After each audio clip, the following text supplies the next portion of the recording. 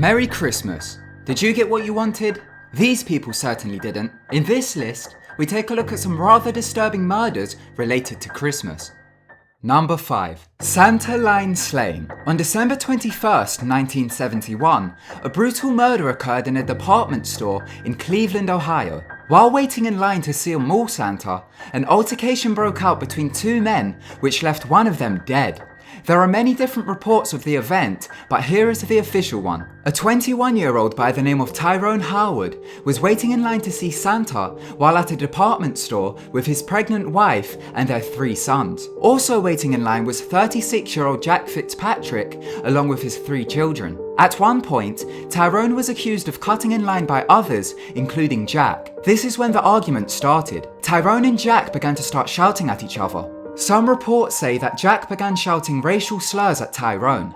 However, reports from witnesses claim no such thing occurred. In the heat of the argument, Jack grabbed Tyrone, pinned him up against the wall, and kneed him in his groin. Tyrone's groin started to bleed as a wound from a previous injury had opened. Tyrone then picked up a sharp object and stabbed Jack several times in the thigh and neck. Jack then fell to the floor and Tyrone fled from the scene. Jack was taken to a local hospital but died from the stab wounds. Tyrone handed himself in to the police just hours later. Tyrone was charged with second-degree murder and pled self-defense. Jack's wife claims that Tyrone used a knife, but witnesses claim he used a nail file. Tyrone was convicted of manslaughter and was released on parole after 11 months in jail. The incident made headlines in local newspapers. The incident was titled the Santa line slaying. The case attracted attention again in 2005. This was when actor Terrence Howard revealed that his father was the murderer. Number 4. Christmas Eve cold case. On Christmas Eve 1993, a man by the name of Phil Terrell decided to go for a walk near his home in Des Moines, Iowa. Telling his kids and wife he would be back shortly, they began to worry when he did not return. Hours passed and they called the police. A search party was put out, but they still couldn't find him. This was until March 2nd, 1994. A man found his snow-covered, decomposing body in a creek bed. An autopsy showed that he had died from blunt force trauma to the head. Investigators had determined that his body had been dragged to the location where it was found. Police had also found his clothes folded neatly beside his head. His family told the police that he had become involved with a rough crowd in 1993.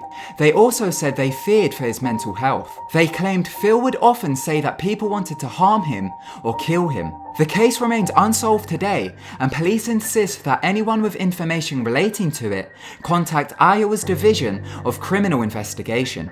Number 3. Christmas Tree Killer. On December 12, 1985, Mike Reimer and Diana Robertson, along with their young daughter, left their home in Washington to go and find a Christmas tree. They had went into the woods in order to find the perfect tree to cut down. Later that day, their daughter by the name of Crystal was found wandering around a department store alone. She was later identified when her picture was placed in a newspaper. Her grandmother recognized her and took custody of her. Her parents had vanished.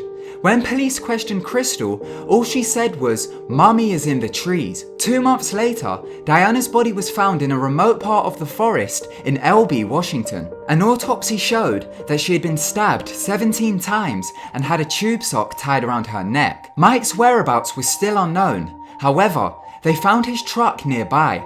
The seats were covered in blood and a note was found which read, "I love you, Diana." After analysing the note and showing it to relatives, Diana's mother believed the handwriting was Mike's, but the police couldn't confirm it. The case gets even more disturbing. Just 4 months prior to Diana's death, a couple which had been camping in the same forest were found dead. The man had been shot to death while in his sleeping bag, and the female had been strangled to death with a tube sock. Police had come up with 2 theories. There was either an unknown serial killer on the loose, or Mike was the killer. The case on Mike goes as follows. He had a history with domestic violence, and along with other evidence, such as the note, and the fact that his daughter had been taken to a store and was left unharmed, was enough for the police to issue a warrant for his arrest. Mike was the prime suspect until 2011.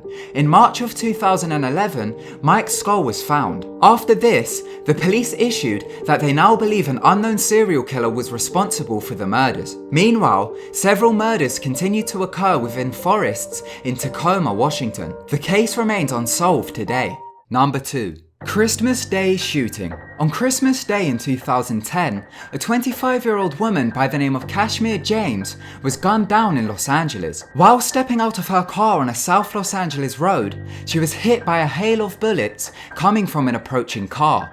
She was shot 9 times. While all the madness was occurring, her 3-year-old daughter was sitting in the back of the car. Her murder is believed to be a case of mistaken identity and a suspected gang slaying. In 2011, 3 men was charged with her murder. Her daughter testified in court in 2015. Number 1. Covina Massacre. Occurring on December 24, 2008 in Covina, California, the massacre claimed the lives of 9 people. At 11 p.m., a man by the name of Jeffrey Pardo, dressed up in a Santa Claus outfit, then made his way to his former in-laws' house. He arrived at 11:30 p.m. During the time, the in-laws were hosting a Christmas Eve party.